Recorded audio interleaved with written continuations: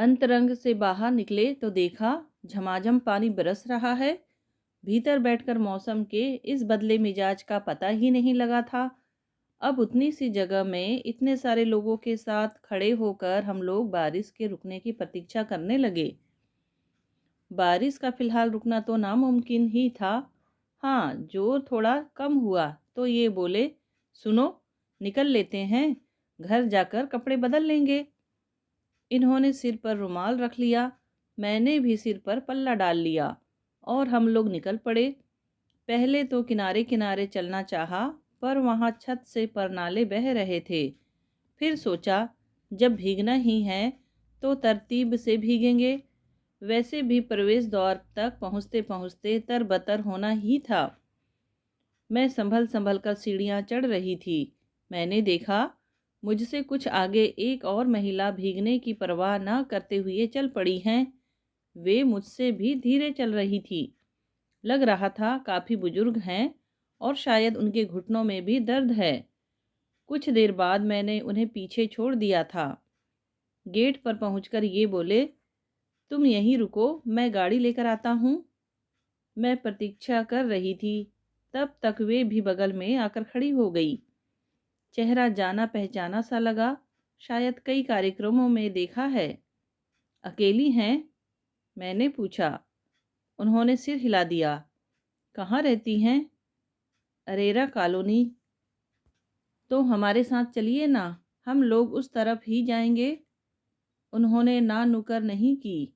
जानती होंगी कि इतनी बरसात में ऑटो मिलेगा नहीं। मिला भी तो रात में उतनी दूर जाने को शायद ही राजी हो। तब तक ये गाड़ी लेकर आ गए थे।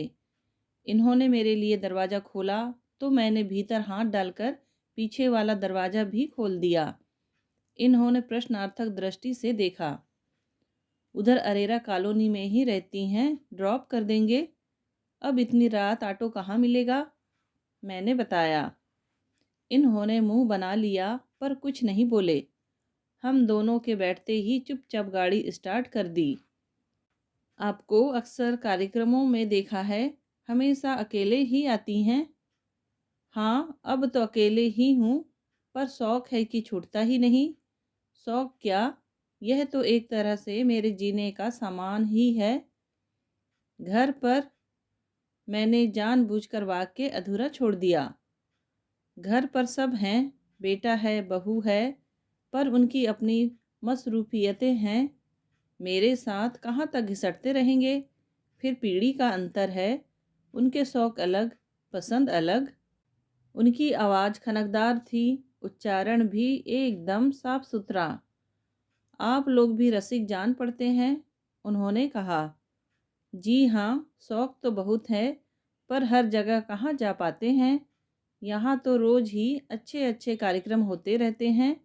हम लोग कस्बे से आए हैं, हमारे लिए राजधानी का सबसे बड़ा आकर्षण यही है। देखने सुनने के लिए यहाँ कितना कुछ है, बस समय चाहिए। आप उस दिन रोनू मजूमदार के कार्यक्रम में नहीं थी शायद? बहुत अच्छा बजाते हैं। मेरे ख्याल से चौरसिया के बाद उन्हीं का नंबर है। मैं चकित थी। इसी उम्र की मेरी माँ और सास अचार और पापड़ से आगे कुछ जानती ही नहीं। प्रकट रूप से मैंने कहा, मेरा बड़ा मन था, पर उस दिन ये टूर पर थे। अब गाड़ी नहीं चलाती? चलाती तो हूँ, पर रात में अकेले हिम्मत नहीं पड़ती। आप निकल आया कीजिए, लौटते समय मैं आपका साथ दे दूंगी। थैंक यू, मैंने कहा और दृष्टि अनायास ही इनकी ओर उठ गई। इनके चेहरे की रेखाएं प्रतिक्षण कठोर होती जान पड़ी। ये जरा रिजर्व नेचर के हैं, किसी के साथ इतनी जल्दी बेतकल्लुफ नहीं हो सकते। मैडम, आपको कहाँ छोड़ना है? इन्होंने खुरदरी आवाज में पूछा। हम लोग अरेरा कॉलोनी के मुहाने पर खड़े थे। आप मुझे यहीं छोड़ दीजिए। आप बस पता बता दीजिए, दोबारा भीगने में कोई तुक नहीं है। उनके निर्देशानुसार फिर गाड़ी ने 3-4 मोड़ पार किए। फिर एकाएक वे बोली, बस यहीं रोक दीजिए। इन्होंने गाड़ी रोक दी। मकान में घुप अंधेरा था। मुझे बड़ा खराब लगा। कैसे लोग हैं? घर का एक सदस्य बाहर है, कम से कम बाहर की एक बत्ती तो जलाकर रखनी चाहिए। अच्छा, अब आप चलिए। धन्यवाद। नीचे उतरकर उन्होंने कहा, आप गेट तो खुलवा लीजिए। खुलवा लूँगी, नो प्रॉब्लम। आप लोग चलिए, पहले ही बहुत देर हो चुकी है। मुझे लगा शायद उन्हें हमारे सामने कुछ असुविधा हो रही है। नमस्ते करके हम चल पड़े। मैंने कनखियों से देखा, हमारे जाने के बाद भी उन्होंने गेट नहीं खड़काया, बल्कि वे आगे बढ़ गई। हम लोग शायद थोड़ा पहले ही रुक गए थे। कहती तो 2 कदम आगे भी चले जाते।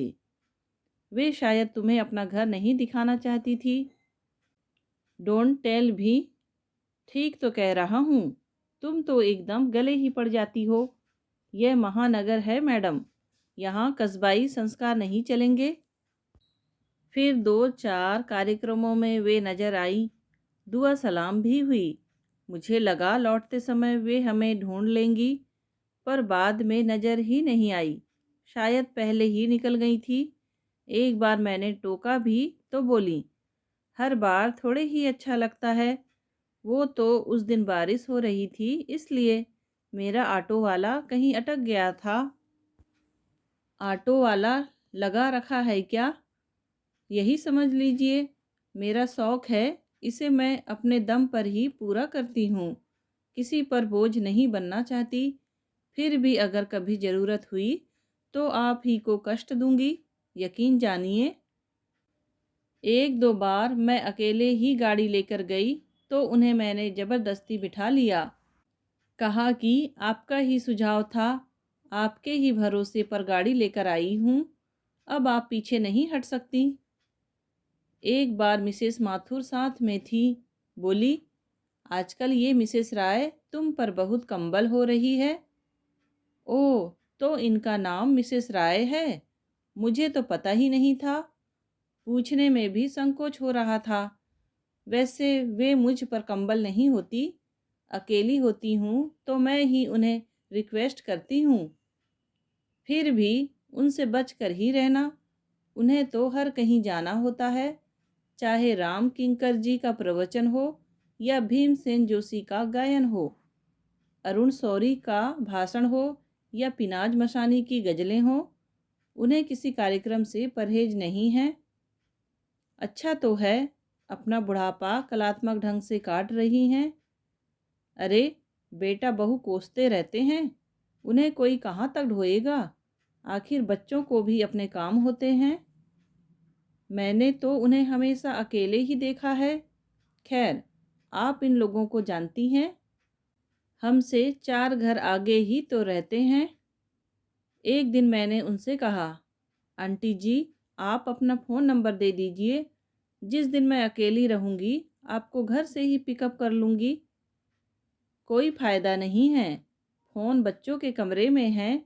मैसेज मुझे मिल ही जाएगा, इसकी गारंटी नहीं है। कई बार भूल जाते हैं। उनके घर का जो एक चित्र मेरे मन में उभर रहा था, वह इस बात से पूर्ण हो गया। लगा कि वे भीतर बाहर एकदम अकेली हैं। कई बातों की जैसे आदत हो जाती है। शहर की सांस्कृतिक संध्याओं में उन्हें देखने की मुझे जैसे आदत हो गई थी। जब 3-4 बार वे नहीं मिली तो मैंने मिसेस मित्रा से पूछ ही लिया। पता चला। पता क्या चला? मिसेस मित्रा ने हिकारत से बताया, अरे, टांग तुड़वाकर अस्पताल में पड़ी है। सुनकर बुरा लगा। इस उम्र में फ्रैक्चर, वह भी पैर का, बहुत मुश्किल से ठीक हो पाएगा। उनका घूमना फिरना तो शायद हमेशा के लिए बंद हो जाएगा। किसी तरह उनका पता ठिकाना मालूम किया। किसी प्राइवेट नर्सिंग होम में एडमिट थी। रूम नंबर पता करके एक दिन पहुंच ही गई। दरवाजे पर ही एक सुदर्शन युवक से सामना हो गया। क्या काम है? उसने रूखे स्वर में पूछा। मेरा तो उल्टे पैरों लौट आने का मन हो गया। फिर भी संयत स्वर में कहा, काम क्या होगा? तबीयत देखने आई हूँ। आपको पहचानती हैं वे? शायद। भीतर जाने देंगे तभी तो पता चलेगा। बड़ी मजबूरी में उसने दरवाज़ा छोड़ा। भीतर जाकर देखा, बिस्तर पर वे निढाल पड़ी थी। मुझे देखकर उनके शांत क्लांत चेहरे पर एक क्षीण सी मुस्कुराहट आई। बेटे को बुलाकर उन्होंने मेरा परिचय करवाया। श्रीमान जी का नाम सुनते ही उसके चेहरे की रेखाएं कुछ ढीली हुई, पर मेरा चेहरा तन गया। सोच लिया कि इस इंसान से अब बात नहीं करनी है। कुछ देर तक मिजाज पुरसी करने के बाद मैं उठ खड़ी हुई। उन्होंने क्षीण स्वर में कहा, कुछ किताबें हो आपके पास तो भिजवा सकेंगी, पढ़े पढ़े बोर हो रही हूँ। मैंने दूसरे ही दिन नौकर के हाथ पुस्तकें भिजवा दी, पर मन नहीं माना तो 4 दिन बाद खुद पहुँच गई। साथ में 4-6 कैसेट्स थी और हेडफोन सहित मेरा छोटा सा कैसेट प्लेयर भी। वे बहुत खुश हुई। मेरे दोनों हाथ अपने हाथ में लेकर बोली, पिछले जन्म में आप जरूर मेरी बेटी रही होंगी, इसी जन्म में मान लीजिए ना। फिर तो जैसे नियम ही हो गया। हर 2-3 दिन बाद मैं अस्पताल पहुंच जाती। कभी फल, कभी पत्रिकाएं, कभी कोई हल्का सा नाश्ता, कभी एकाध उपन्यास। वहाँ खाली हाथ जाना अच्छा ही नहीं लगता था। इस बीच एकाध दो कार्यक्रमों में जाना हुआ तो बराबर उनकी याद आती रही। कार्यक्रम का रस नहीं ले सकी। मन के तार कब किससे जुड़ जाएंगे कोई नहीं जानता। एक बार मैं उठने लगी तो उन्होंने हाथ जोड़कर कहा, परसों नरसों शायद मैं घर चली जाऊंगी, उससे पहले एक बार दर्शन दीजिएगा। दर्शन की चिंता क्यों करती हैं? मैंने उनके हाथ पकड़कर हंसते हुए कहा, मैं घर आकर दर्शन दे जाया करूंगी। नहीं, वहाँ नहीं। मेरे कान पर हथौड़े की तरह पड़ा। इतनी उत्तेजना की, कठोरता की तो कोई ज़रूरत नहीं थी। मैंने धीरे से उनका हाथ छोड़ दिया। उन्होंने दोबारा मेरे हाथ थाम लिए। उनका चेहरा भी अब सामान्य हो गया था। सौम्य शब्दों में बोली, मैं नहीं चाहती कि मेरे अपनों का मेरे घर पर अपमान हो। मैं क्या बोलती, चुपचाप बैठी रही। थोड़ी देर बाद उन्होंने पूछा, तुम्हारे बच्चे नहीं हैं ना? मैं चौंकी। वे कितनी सहजता से आपसे तुम पर उतर आई थी। आपको कैसे पता चला? हम लोग इतनी बातें करते हैं पर कभी बच्चों का जिक्र नहीं चला ना, इसलिए। बच्चे नहीं हैं पर मुझे कोई मलाल नहीं है। मैंने अपने जीवन को इतनी सारी चीज़ों से भर लिया है कि सोचने का समय ही नहीं मिलता। वह सोच करने लायक बात है भी नहीं। बच्चों का ना होना उतना दुखदाई नहीं है, पर बच्चों के होते हुए अकेले पड़ जाना ज़्यादा कष्टप्रद है। मैंने उनकी ओर देखा। चेहरा दर्द से जैसे पुता हुआ था। फिर भी मैं अपनी उत्सुकता नहीं रोक पाई। आप बुरा ना माने तो एक बात पूछूं? मैं इतनी बार यहाँ आई हूँ पर आपकी बहू को कभी नहीं देखा। बेटे को भी बस उसी दिन देखा था। ऑपरेशन वाले दिन दोनों आए थे। अब बेटा कभी कभार चक्कर लगा जाता है। और उनके बच्चे, वे भी तो दादी को देखने आते होंगे। उन्होंने कोई जवाब नहीं दिया। बैठी थी सो लेट गई, जैसे बहुत थक गई हो। मुझे अपने पर शर्म हो आई। नाहक उनकी दुखती रग को छू लिया। मैंने धीरे से सॉरी कहा और चली आई। 2-3 दिन वहाँ जाने की हिम्मत नहीं जुटा पाई, पर फिर डर लगा कि अगर वे घर चली गई तो फिर मुलाकात ही नहीं हो पाएगी। मैंने नर्सिंग होम में फ़ोन करके पता किया, अभी वे वहीं थी। फिर मैंने उनके लिए फेयरवेल का सामान जुटा लिया। आशापूर्णा देवी और शिवानी जी के पूरे सेट्स खरीदे। बशीर बद्र, जावेद अख्तर, जाहिर और दुष्यंत कुमार के गज़ल संग्रह खरीदे। पंडित जसराज, भीमसेन जोशी, कुमार गंधर्व, मालिनी राजुरकर, परवीन सुल्ताना के कैसेट्स खरीदे। नितिन मुकेश के गाए हुए सुंदर कांड का पूरा सेट लिया। 2 खूबसूरत गिफ्ट पैक बनाए। 2-3 पैकेट मसाला सुपारी के, नींबू वटी के पाउच भी रख लिए।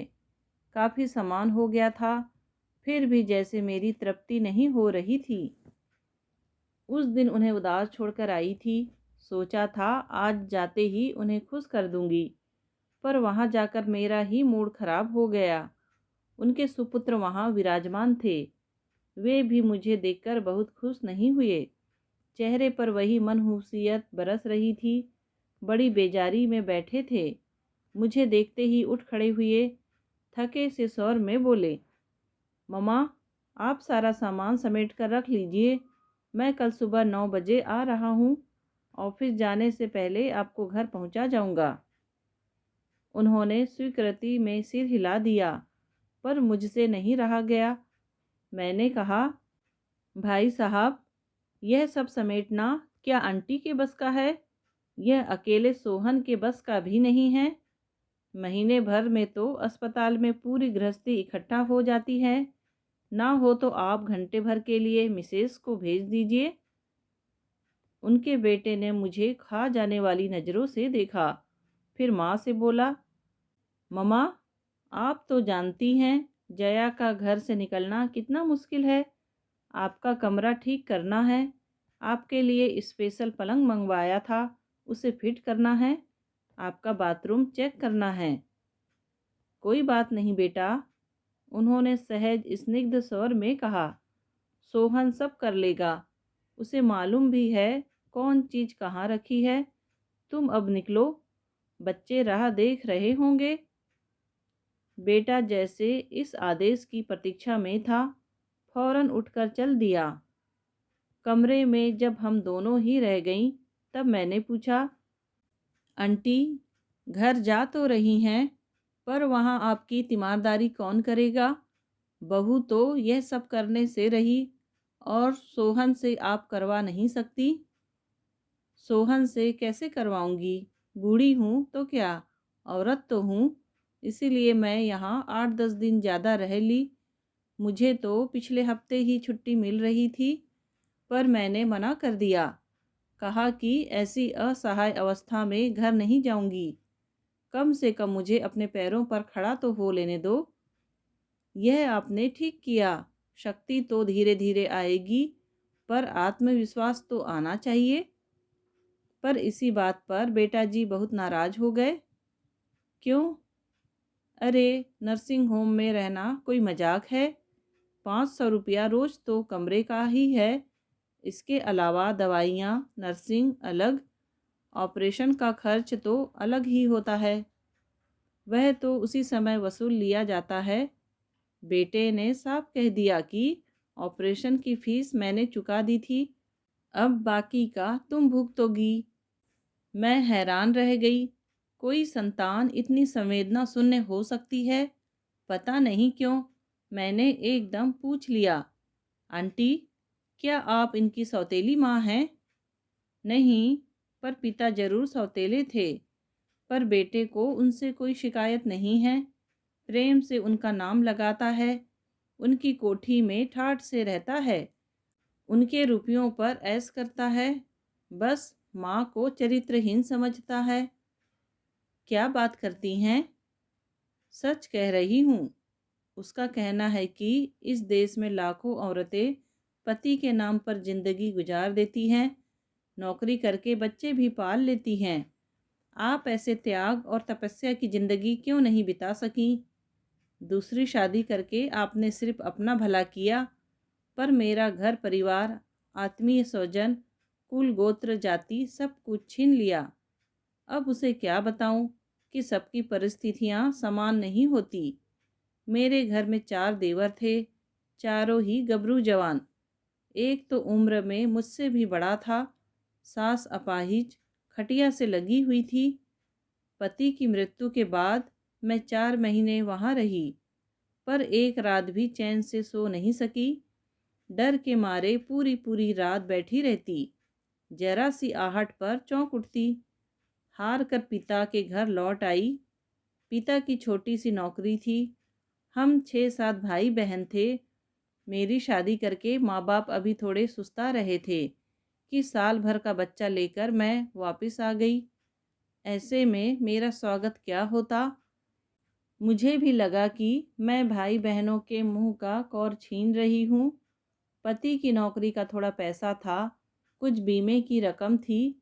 दोनों पक्षों की आंख उसी पर थी, पर दौड़ धूप करने के लिए कोई आगे नहीं आया।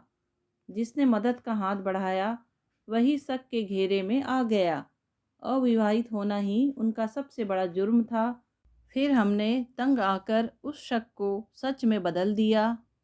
मुझे एक सशक्त सहारे की ज़रूरत थी। उन्हें एक सुलझा हुआ साथ चाहिए था। तीनों घरों में बहुत विरोध हुआ, तो हम अपना बोरिया बिस्तर समेटकर यहाँ चले आए। भाग्य से कारोबार चल निकला। जीवन की धारा ही बदल गई।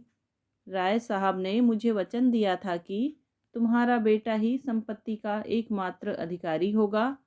इसीलिए हम लोगों ने दूसरा बच्चा भी नहीं होने दिया। अब लगता है कि मैंने गलत किया।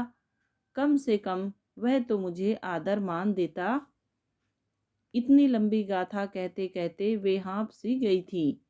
निढाल होकर थोड़ी देर लेटी रहीं। लगा जैसे बहुत दिनों बाद उन्हें अपनी बात कहने का मौका मिला था। इसीलिए वे धारा प्रवाह बोलती चली गईं। मुझे तो लगा कि अपने बेटे को भी उन्होंने यह सब नहीं बताया होगा। आंटी, मैंने कहा, एक बार शांति से आप यह सब अपने बेटे को भी बतलाइएगा। शायद उनकी गलतफहमी दूर हो। कहना सुनना तो तब होता है जब कोई आपके पास घड़ी भर आकर बैठे। अब तो वह बात ही नहीं रही। राय साहब थे तब तक घर में उनका दबदबा था, मेरा भी सम्मान था। उनके बाद तो मेरी दुनिया ही बदल गई। बहू बात नहीं करती, बच्चे पास नहीं फटकते। बेटा 24 घंटे में एक बार शक्ल दिखाकर फर्ज पूरा कर लेता है। ये बेचारा सोहन ना हो तो मैं बोलने को तरस जाती हूँ। इसीलिए तो घर से भागी भागी फिरती हूँ। बहू को वह भी तो नहीं सुहाता। कहती है इस उम्र में औरतें मंदिर जाती है, भजन कीर्तन करती हैं, सत्संग में भाग लेती हैं। तुम्हारी माँ को नाच गानों से फुर्सत नहीं है। यह सुनकर बेटे का दिमाग और खराब हो जाता है। आपकी बहू रानी तो बहुत ही खतरनाक है। पक्की कूटनीतिज्ञ है। राजनीति में होती तो बहुत दूर तक जाती। नीरज को उसी ने पट्टी पढ़ाई है। नहीं तो शादी से पहले वह कभी इस तरह से सोचता नहीं था। पति के कान भर भर कर उसे अपनी मुट्ठी में कर लिया है और अब सारी जायदाद पर कुंडली मारकर बैठ गई है। घर अगर मेरे नाम नहीं होता तो वह मुझे भी बाहर कर देती। वो तो राय साहब समय की नब्ज पहचानते थे, इसलिए उन्होंने सारी व्यवस्था कर रखी है। कम से कम पैसों के लिए मुझे किसी का मुंह नहीं देखना पड़ता। वातावरण बहुत बोझिल हो चला था, इसलिए बात बदलने की गरज से मैंने कहा, आंटी, आपको ऐतराज ना हो तो मैं थोड़ा सा सामान समेट दूं। अकेला सोहन भी क्या क्या करेगा। उन्हें ऐतराज भला क्या होता। मैंने अपनी समझ से समेटना शुरू कर दिया। तेल, कंघी, साबुन, पेस्ट, ब्रश, कप, प्लेट, चम्मच, ये सारी चीज़ें तो कल सुबह तक चाहिए ही थी। उन्हें छोड़कर बाकी सामान इकट्ठा कर लिया और पॉलीथीन की थैलियों में भरकर रख दिया। अलमारी से सारे कपड़े निकालकर तहा कर रख दिए। फिर मैंने कहा, आंटी, ये चादर और गिलाब शायद घर की है ना, इन्हें भी निकाल लेते हैं, नहीं तो सुबह जल्दी में छूट जाएंगी। आज रात आप अस्पताल की चादर से काम चला लीजिए। मैंने उन्हें सहारा देकर उठाया और कुर्सी पर बिठा दिया। चादर घरी करके रख दी। जैसे ही तकिए का गिलाफ उतारा, नोटों की एक गड्डी टपक पड़ी। ये क्या है आंटी? अस्पताल का बिल है। श्रवण कुमार जता कर गए थे, इसलिए मैंने तय कर लिया था कि पैसे मैं ही दूंगी और अपने हाथ से दूंगी। लेकिन पैसे संभाल कर तो रखा कीजिए। इतने सारे पैसे आपने खुले में रख छोड़े हैं। जब अपने ही लूट रहे हैं तो दूसरों से क्या डरना। वे हंस कर बोली, अस्पताल वाले इतनी सेवा कर रहे हैं, थोड़ा बहुत ले भी लेंगे तो मुझे मलाल नहीं होगा। रहा सोहन, तो बेगानों की भीड़ में वही तो एक अपना है। बैंक का सारा काम वही तो करता है। पुराना भरोसेमंद आदमी है, उसकी नीयत में फ़र्क नहीं आ सकता। जानता है जब ज़रूरत होगी मांग कर ले लेगा। सोहन का बस नाम ही नाम सुना है, कभी देखा नहीं। देखोगी कैसे? दिन भर तो बेचारा नौकरी करता है, रात में यहाँ ड्यूटी देता है।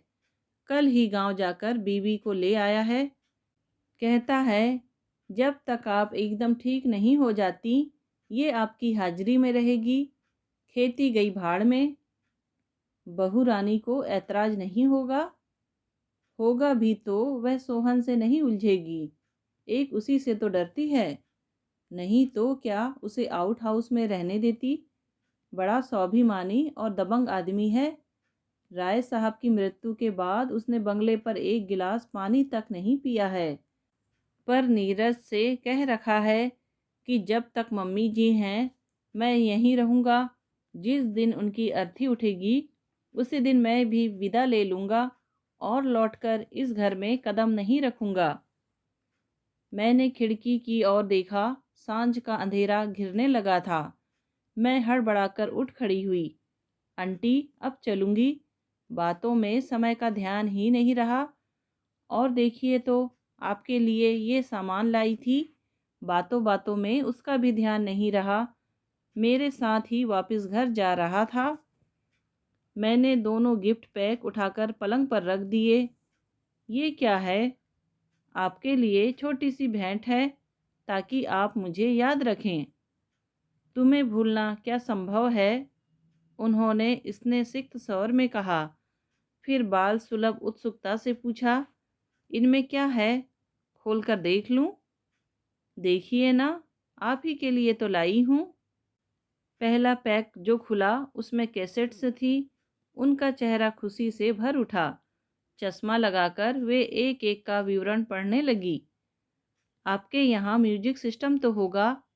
मैंने डरते डरते पूछा। है ना, मेरा अपना टीवी है, रेडियो है, म्यूजिक सिस्टम है।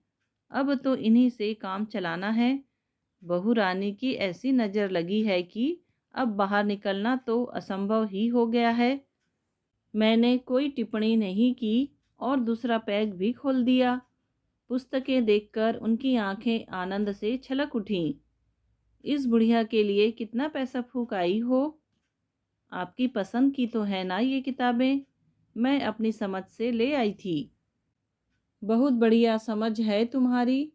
अब मेरे सूनेपन की घड़ियाँ आराम से कट जाएंगी। बस दुआ करो कि ये पुस्तकें ख़त्म करते करते ही मैं ख़त्म हो जाऊं। ऐसा क्यों कह रही हैं आंटी? अब तो क्राइसिस टल गया। अब तो आप ठीक होकर घर जा रही हैं।